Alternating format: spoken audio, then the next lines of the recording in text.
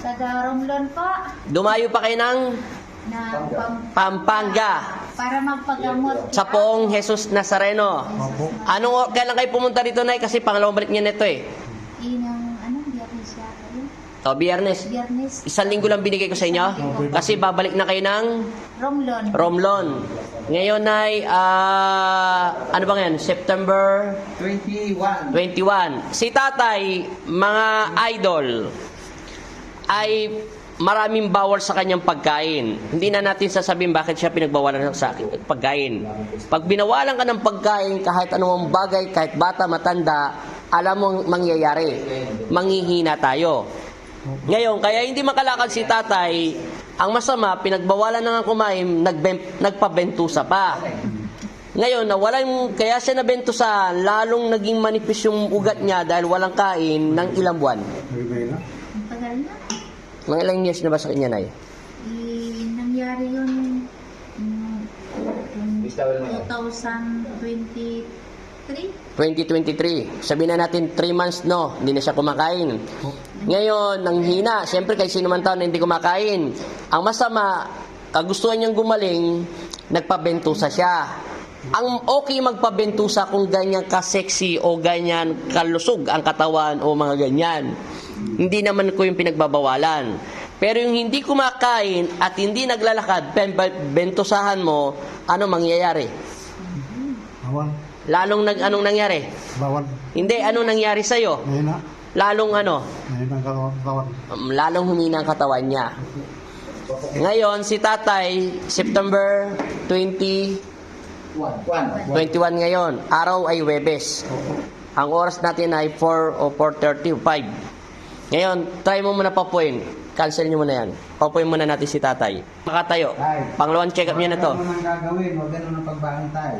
Magsaside muna po kayo. Pwedeng kaliwa kanan, side po muna. Yan. Ulitin ko po ha, pwede po magpabentusa. Yan, lagi. Tingnan nyo po, likuran ni tatay.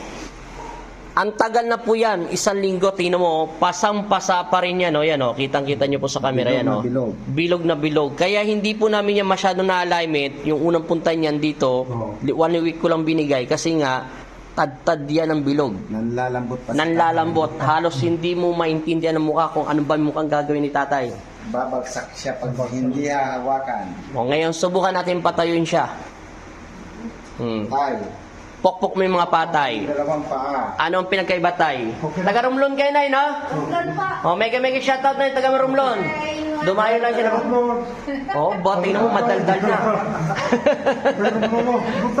Ikaw ang anak niya, di ba? Anak ka? Ano? Hindi. Sinundo lang. Sige. Lakad tay. Dahan-dahan lang tay. Lalakad lang tayo. Huwag mo munang madilim tay. Ayan na po si tatay. Kahit kami, nahirapan din po ko gamutin yan bilang instrumento ng Panginoon Kristo, alipin. Kasi nga, tad-tad yan ng bentusa. Walang problema po magpabentusa. Paulit-ulit ko sinasabi. Basta kompleto sa kain, kompleto sa tulog, pamparelax, walang problema, Nay. Ang masama, hindi na kumain, benentusa pa, nalanta ng gulay. Malakas na daw. Lalo ng hina. Yakapin mo na yung boyfriend mo. Hey, paalam na. Paalam na, boyfriend. Good night. Anong good night? Alas 5 pa lang. Bye-bye. Bye-bye. Bye-bye. Paalam na, Nay. Nay, paalam. Bye-bye. Bye-bye po sa inyong lahat. Taga Romblon kayo ulit, Nay? Opo, Romblon. Romblon saan? Sa Kajukan. Kajukay. Kasi ilalagay ko yun, Nay. Ha? Hambalok, Kajukan, Romblon. Danda lang, Nay. Ulit. Sa ulit.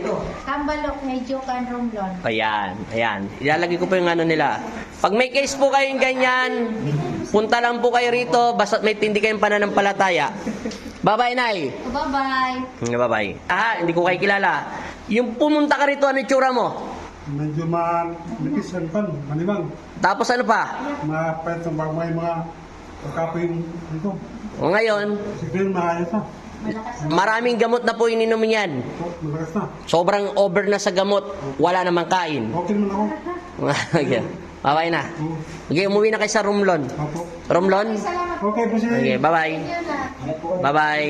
Bye-bye.